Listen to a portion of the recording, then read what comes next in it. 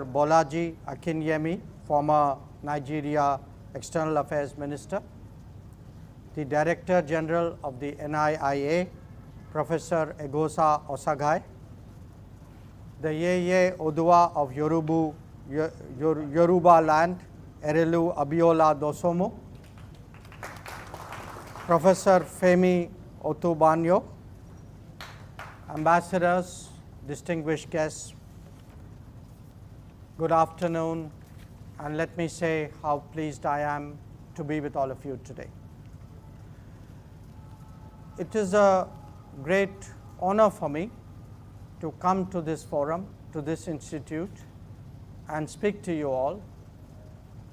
One, because it is my first visit to Nigeria, and perhaps a public forum where we speak about our relationship is a good way to start that, but also because the NIIA has a long relationship with a similar institution in India with which I myself had a long association, the Indian Council of World Affairs. And I think 2 years ago, Professor Osagai, we had the privilege of welcoming you as a distinguished visitor. And today, my presence here, I hope, would help to contribute to the relationship between the two institutions. Now, as you were told, our relationship, that between India and Nigeria, predates the independence of Nigeria. Our diplomatic presence was set up in Lagos in 1958. And even before that, there were generations of Nigerians who had known Indian teachers, who had known Indian traders, who had a connect with India before there was a formal diplomatic one. But after independence, there were other methods and other facets of this connection.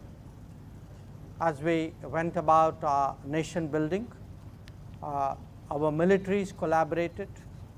The National Defense Academy at Kaduna is a symbol of our army cooperation, just as the Naval War College at Port Harcourt is an example of our naval cooperation. And over the decades, we've actually had a lot of toing and froing of meeting of minds. I discovered, have friends who have spent time here in various capacities. And in fact, in many ways, we hold up Nigeria as an example of our international technical and education cooperation program, because the alumni of that program have actually done the relationship very proud over many years. Now, as the world became more globalized, this relationship also acquired other dimensions, some building on the past, some reflecting the new.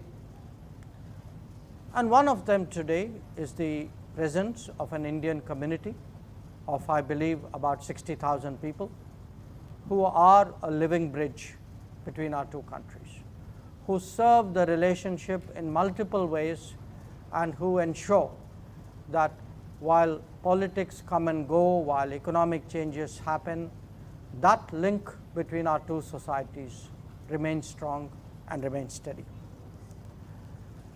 Now, over the years, but others too, have helped build a very strong economic relationship. We, I believe, have today an investment commitment in this country of close to $30 billion. Our annual trade fluctuates between $12 to $15 billion. And quite rightfully, we have today a relationship that we characterize as a strategic partnership. Now, I say all this because as the first stop on a first visit, I think it's important for me to recognize how far this relationship has come. But I'm here to talk about the global agenda and about the global south. So allow me to shift gears and address that topic. Interestingly, I'm coming here from a non-aligned meeting in Kampala. And I say this because the Honorable Professor and former Foreign Minister referred to the non-aligned connection between us, but also because today it is one reflection of both the global south and the global agenda. I'm also coming from a G20 presidency that India was proud to chair, where we saw the expansion and the first ever membership admission of the African Union on a permanent basis. And I'm very proud to say that this was an initiative that was personally led by my Prime Minister, Narendra Modi.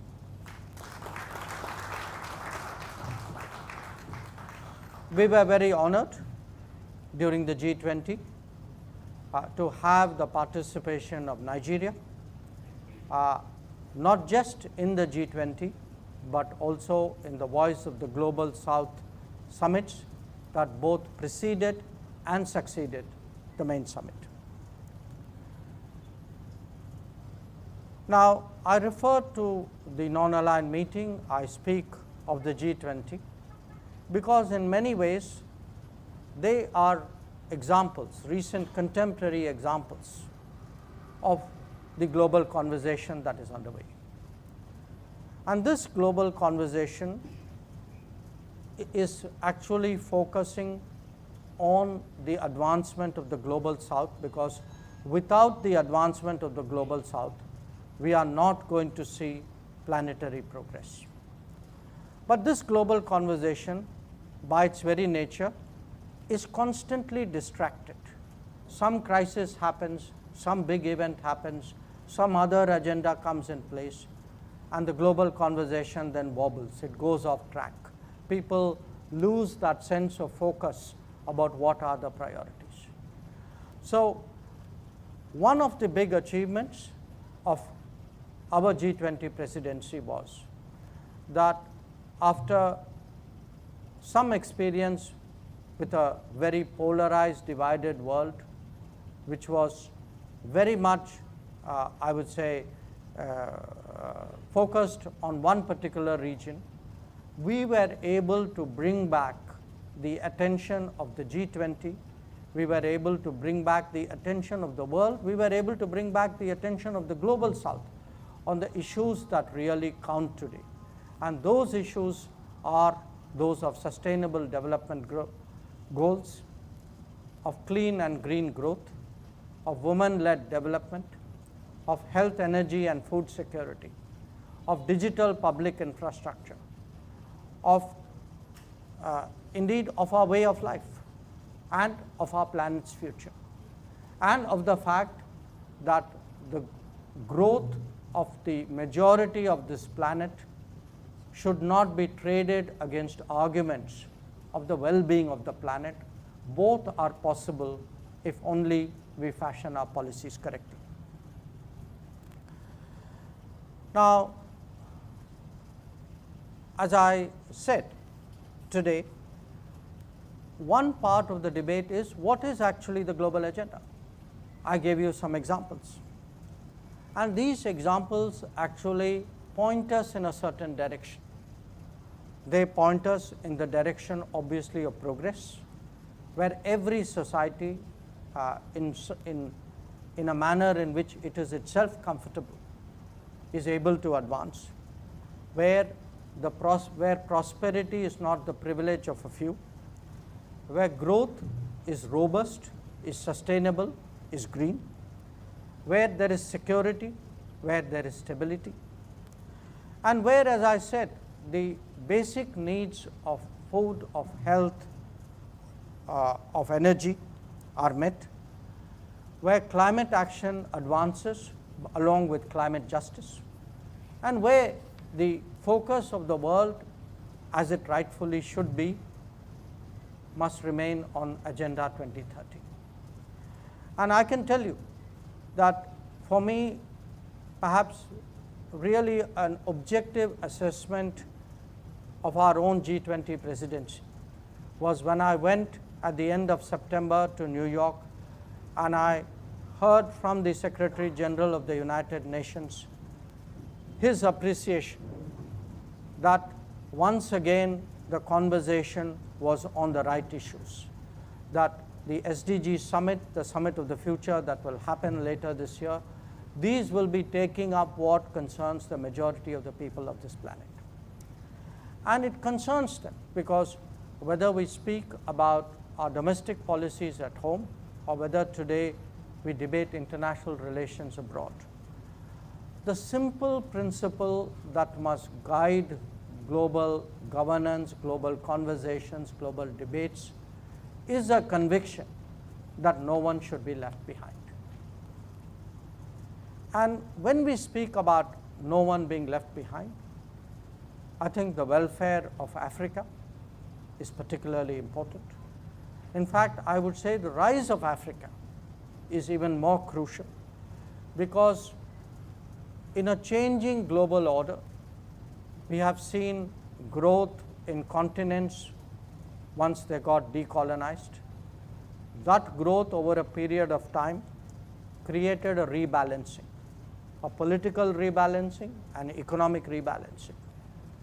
And that rebalancing today is creating a world of multipolar, of a multipolar nature, where, as His Excellency said, middle powers and perhaps others too, regional organizations, would have a fairer and more equitable say in how the world is run. So the global agenda in many ways today is about restoring the world to its natural diversity, because the world was diverse, the world is diverse. It was distorted by the period of Western domination. And in a post-colonial world today, restoring that natural diversity is actually our collective objective. Now, what are the challenges to that process? One, of course, is while many of us attained independence, we have all built our nations and societies. The reality is also that the old domination has not let go. That in different ways, it may not be the imperialism of the 19th and early 20th century, but in different ways, today, many of those who dominated the world for the last 200 to 300 years continue to do so with new instruments, with new regimes, with different techniques. And how do we contest that? How do we overcome that? How do we make sure the world is a fairer place? That is challenge number one. Challenge number two is of a more recent vintage. We have for the last 3 decades spoken about globalization. Globalization has been a game changer. Some people argue that there was always globalization. People always moved from one place to another. That is correct. After all, people moved from Africa to other parts of the world. That's how the globe became the globe. But globalization today has a very specific sense.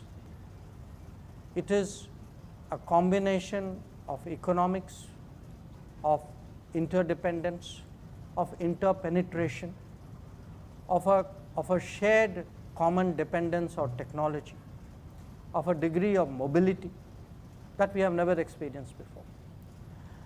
Now, while globalization has had many positive results, it has also undeniably led to very deep economic concentrations. That much of the world today depends on production of a few geographies. Now, it worked when we believed that the entire world could be run in the manner in which Japanese cars are produced in Nagoya, that everything came just in time to meet the requirements of the day. We were wrong, but we didn't know it. And then COVID came. And COVID brought home to every one of us that the most basic things of our life, we were often dependent on suppliers and producers from far away. Not just dependent on them, as we discovered during COVID, we were hostage to them. That many of us struggled with masks and gloves and PPEs and ventilators and basic medicines and vaccines. We struggled for food. So one of the big takeaways from the COVID experience is our world today needs to be de-risked from the over-concentration. That if we speak about a more balanced world, a more democratic world, democratic is not just political democratic. It is not just the rights of different nations. Democratic also means every region, sometimes every large country, must have within its own grasp the basics of its production so that it is economically and socially secure. This is our challenge number 2. Challenge number 3, of course, is the setting of narratives. And I spoke about the old domination. The old domination today doesn't tell you what to do with a stick. The old domination will tell you what to do through social media, through regular media, through devising what is politically correct, to setting standards. And this narrative setting is actually a very powerful force today in international relations. There are thinking, there are ideologies, there are regimes which are raised up, brought down, made irrelevant, brought to the center through narrative setting. In all of this, of course, we have the challenges of the polarization of the world. We in India know it particularly strongly and recently because we struggled with it during our G20 presidency. That a conflict such as one taking place in Ukraine has polarized the East and the West. That developmental issues have polarized the North and the South. So how do we today talk of a global agenda when the globe itself is so divided? That is a challenge in itself. There are, of course, the traditional what are called global issues. These are challenges which threaten every nation but are bigger than what could be contained within the borders. So it could be terrorism, a challenge which I know Nigeria has had to experience in its own way, like we have had to in a different way, or maritime security, piracy, challenges, of course, of climate events that we are seeing more and more frequently. So these are some of the challenges that we have to overcome if we have to really get along with the global agenda. Some, as I said, are traditional, some have evolved, some are more recent. When I spoke about globalization and concentration, a different challenge emerging out of that is how globalization itself has been weaponized. That today currency is a weapon, trade is a weapon, tourism is a weapon. That dominant players, they may be dominant as producers, they may be dominant as consumers, that they often, with very little hesitation, leverage their market shares on the global system for their particular national purpose. And of course, underlying all of this, since this is an institute dealing with international affairs, is a challenge that we know very, very well, which is a world order that was devised in 1945, when the members of the United Nations were roughly 25% of what they are today. And that world order continues obstinately because those who are in the driving seat don't want to create more seats for other people to be at that engine. So these are really the global agenda challenges which in different ways are obstacles for achieving what we actually all implicitly or explicitly have arrived at as our objectives. Now, in this topic and even otherwise, I think you would all be conscious that we have started using the word global south more frequently, more loudly, I would say more effectively. And you know you are effective when there is an industry questioning that there is a global south, that people write columns saying, you know, what is this term global south? It doesn't make any sense. You know, why are they doing it? So when people start protesting at what you're doing, you know it's working. So what is the global south? Because you know, all of us are asked that question, particularly from people who are not the global south. Because remember, if you are from the global south, you have no problem understanding it. It's intuitive. So I would say global south, most of all, is a mindset. Those who have it, have it. Those who don't have it will never get it. But it is a mindset which has some core principles. These are principles from our habits, from our political culture, from the way we have practiced international relations over the last 60, 70, 80 years. For example, non-intervention. For example, non-interference, or being non-judgmental, or non-alliance. But I have given you 4 nons, so let me give you a positive definition. Global South is finally about solidarity. Global South means having a heart. Global South means willing to share. So when people say, okay, you know, tell me, how does this Global South work? I give them an example from our own experience.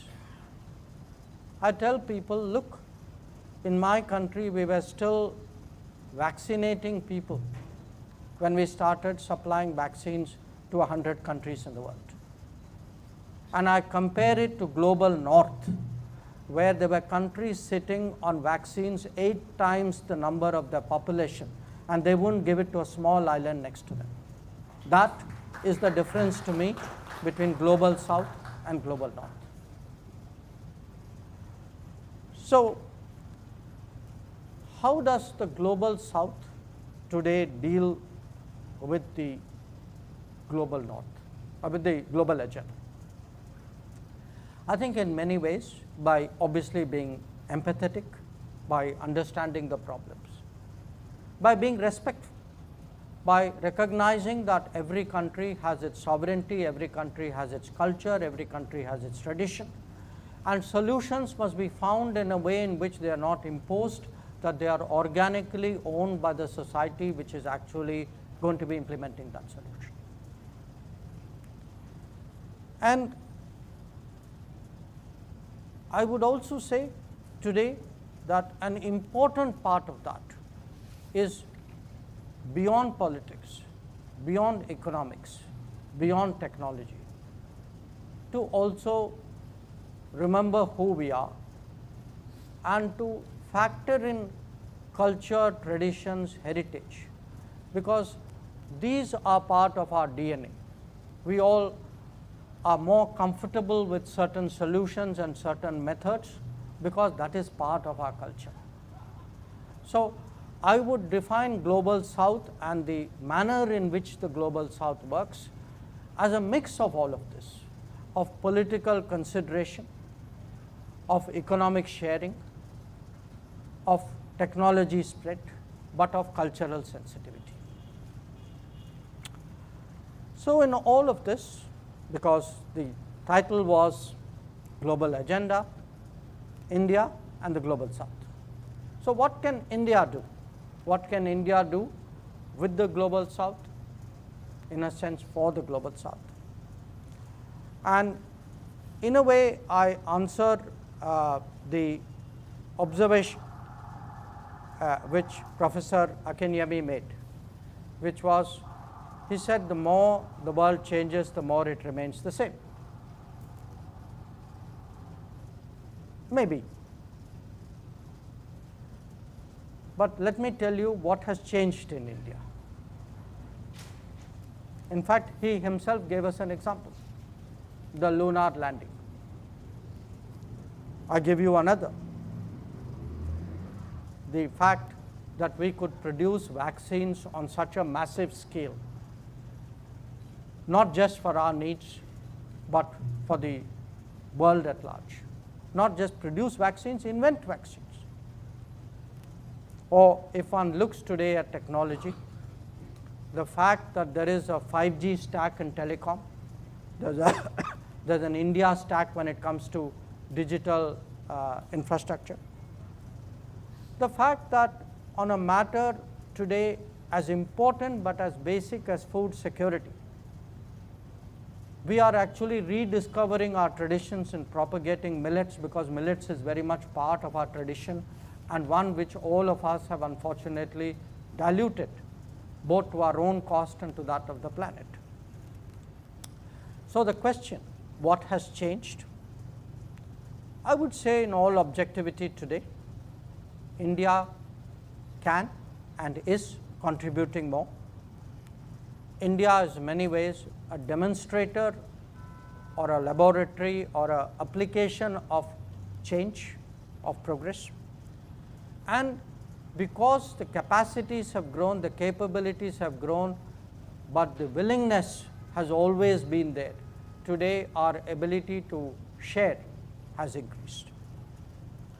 So let me share, speak to you about some very practical way, because one part of it is to say, yes, we are Global South, we should be sharing, we should be doing good, we should be helping each other. Okay, nice words. What does it mean in reality? I'll give you 7 or 8 examples. One, I would say, where India can really make a difference in respect of Global South is on digital public infrastructure. That the biggest change which has happened in India in the last decade, and believe me, you have to come to India to see what I would describe as a veritable revolution, is the fact that we have created a digital backbone, and on that digital backbone today there are delivery of programs and benefits to citizens on a scale, efficiency and honesty which could not have been imagined earlier. Where actually 2/3 of the population can get food without it being pilfered, where loans are given to 1/3 of the population without somebody taking a cut, where those who are really in need of health support can demonstrate their eligibility and get free or subsidized health services, where today 200 million people have actually, in the last decade, since 2014, 200 million people have got new homes. So the scale of what has happened in terms, once you leverage the digital system as a governance system, is something which we believe can be a very, very important contribution to the Global South, and one obviously in which we are willing to be a technology partner and supporter. I spoke about vaccines, but health issues did not go away once COVID receded. And if you look around the world, one of the biggest challenges which countries face is the cost of the health system. These are not just developing countries. Developed countries have a huge problem with the health system. Many of them can't afford, their citizens are outside the health system because of the cost.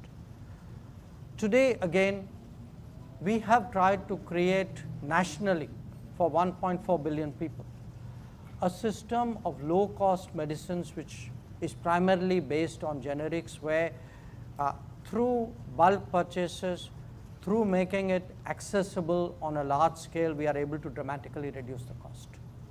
These are called people's pharmacy, and this is really, I would say, this is not rocket science.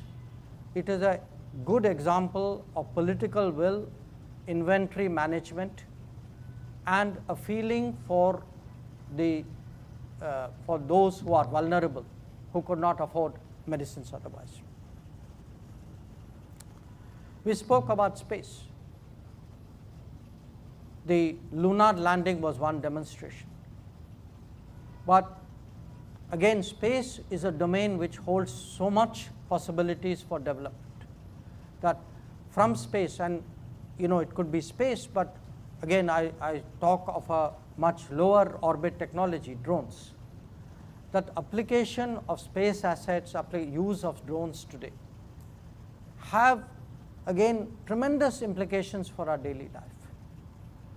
Or indeed, the support which we give to each other. India today has executed 600 projects in 78 countries across the world as part of that global South solidarity. So I mention all this because it's one thing to speak about solidarity, to refer to cooperation, and we are all genuine in that expression of sentiment.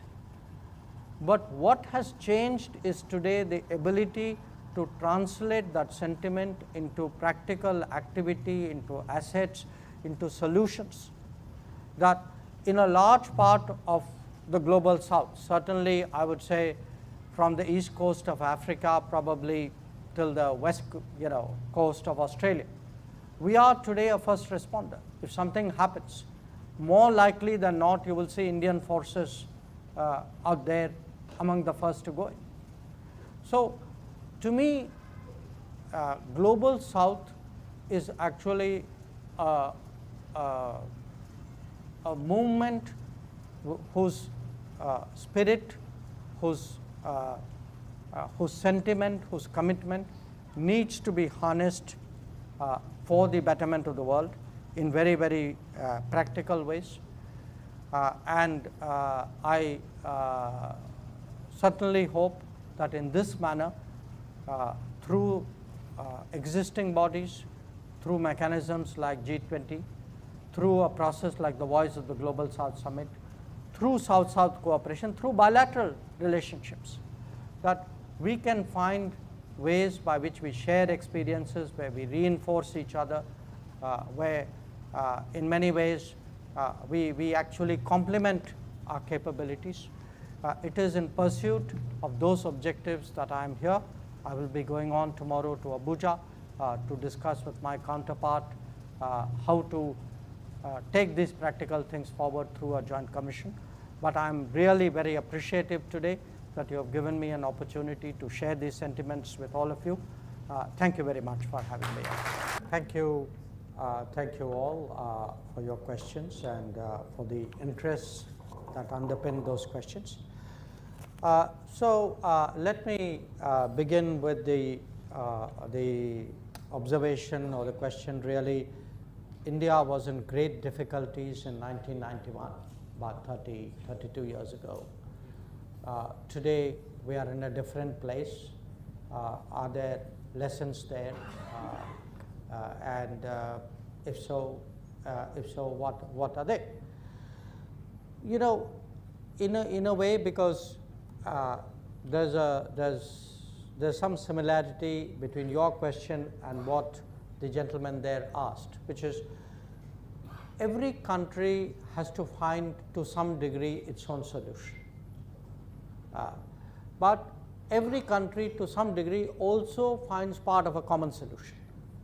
I mean, that's the way it is, which is why we study each other, which is why we relate to each other, which is why we discuss with each other. I think what has happened in India's case is, it's not also that our path was always linear, predictable. We've had our ups and downs.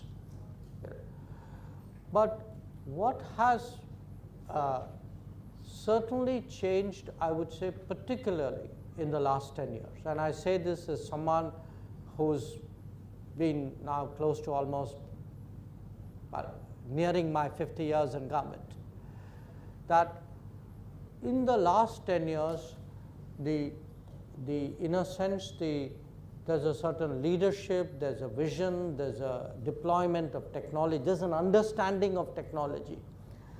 There is a kind of a energy in the society which has been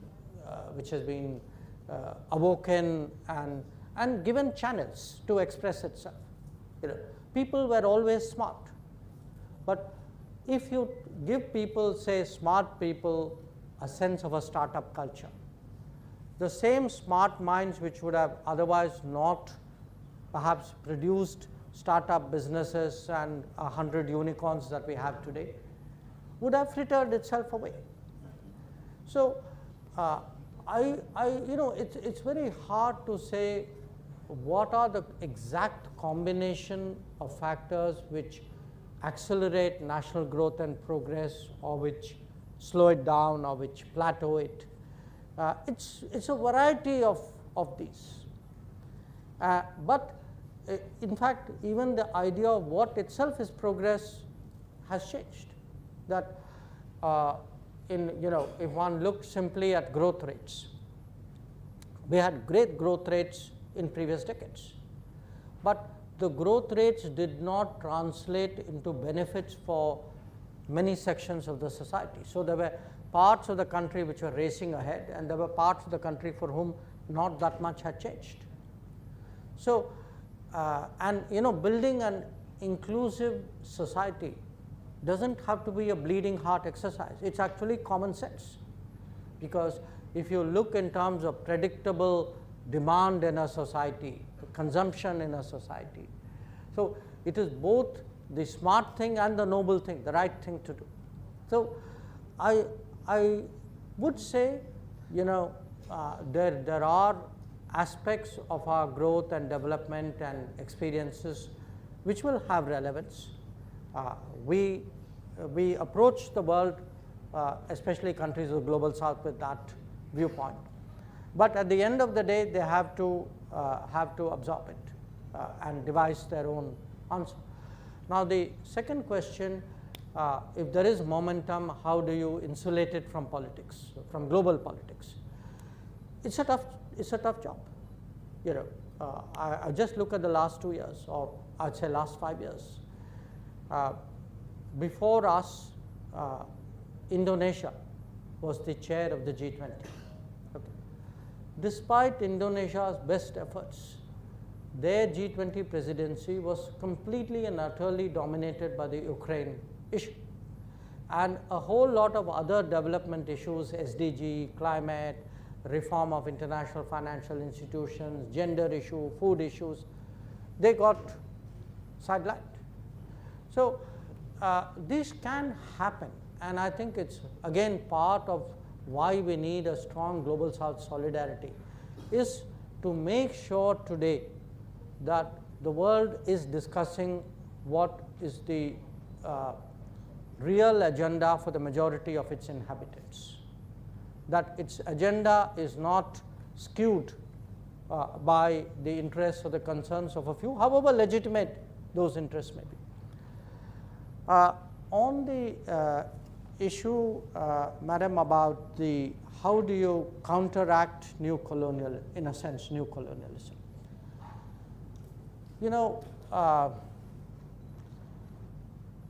It is so pervasive. It's visible in so many ways, even in our daily life. It's in the newspapers we read, it's in the TV we see, it's in the football matches we watch. It is, even if something unfortunate occurs, we would all like to believe that human life is the same everywhere. But the reality is, enormous tragedies pass uncommented, which is not disrespecting, the misfortunes of others. But the bottom line is the world is still far, far away from being a fair, just and equitable planet. And after 250 years of a certain domination, it will take generations. There was a belief initially, once we got independence, now everything will be all right. Okay.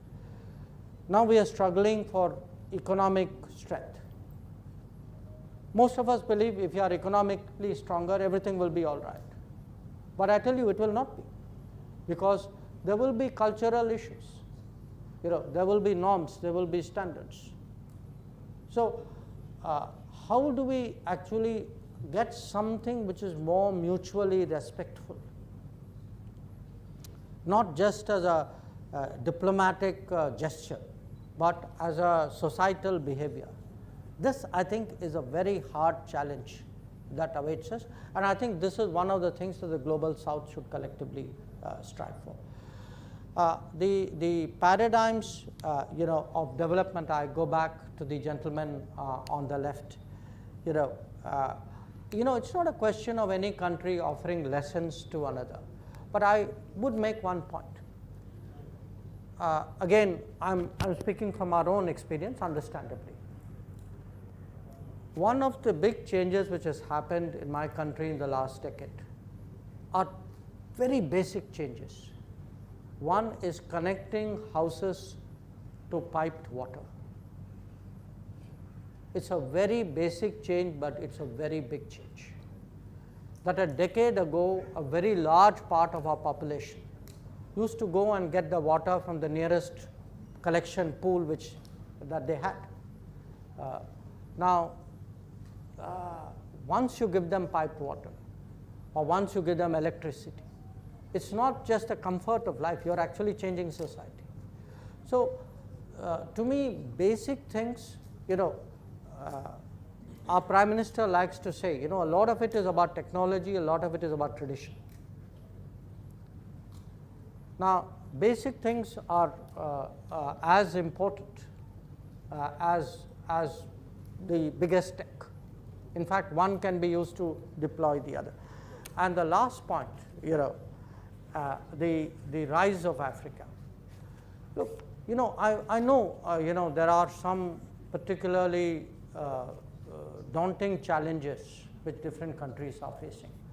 My point is this: the world will not be multipolar, the world will not be truly diverse, the world will not have a true sense of participation and ownership if 54 countries of the world are left out of the manner in which the world is discussed and run.